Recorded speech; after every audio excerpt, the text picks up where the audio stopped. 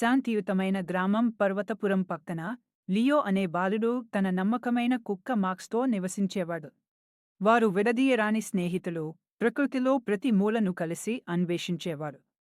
ప్రతిరోజూ లియో మరియు మాక్స్ బంగారు, గోధుమ పొలాల్లో పరుగు తీసేవారు, నది వద్ద ఆడేవారు, సీతాకోక చిలుకలను పట్టుకునే ప్రయత్నం చేసేవారు. ప్రపంచం ఆనందం మరియు ఉల్లాసంతో నిండిపోయింది. ఒకరోజు వారి సాహసం ఒక విస్తృతమైన, రహస్యమైన అడవికి అంచుకు తీసుకువెళ్ళింది. అతి పొడవైన చెట్లు గాలిలో ఊగుతూ మాక్స్ ఆసక్తిగా చెవులను ఎత్తి చూశాడు. అతను లోపలికి వెళ్ళిన కొద్దీ దారి కనపడటం లేదు. చీకటి పెరుగుతున్న కొద్దీ భయం పెరిగింది.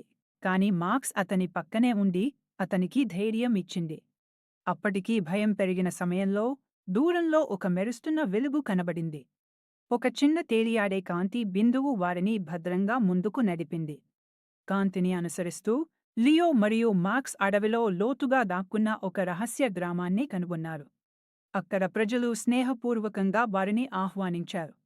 ఒక వృద్ధ కథా వాచకుడు అడవిలోని మహద్భూత ప్రాణుల కథలు చెప్పారు. వృద్ధుడు అడవి ఆత్మ గురించి వివరించాడు.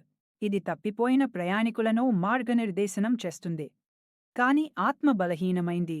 దానికి శక్తిని పునరుద్ధరించేందుకు ఒక పురాతన మణి అవసరం. లియో సహాయపడాలని నిర్ణయించుకున్నాడు. గుహలో వారు పలు సవాళ్లను ఎదుర్కొన్నారు. చివరికి ప్రకాశించే మణిని కనుగొన్నారు. ఆ క్షణం అడవి ఆత్మ అతని ముందుకు వచ్చి సంతోషంగా ఆశీర్వదించింది. లియో మరియు మాక్స్ అడవిలో నుంచి బయటకు వచ్చి మణిని తీసుకువచ్చారు. గ్రామ ప్రజలు సంబరంగా చప్పట్లు కొట్టారు.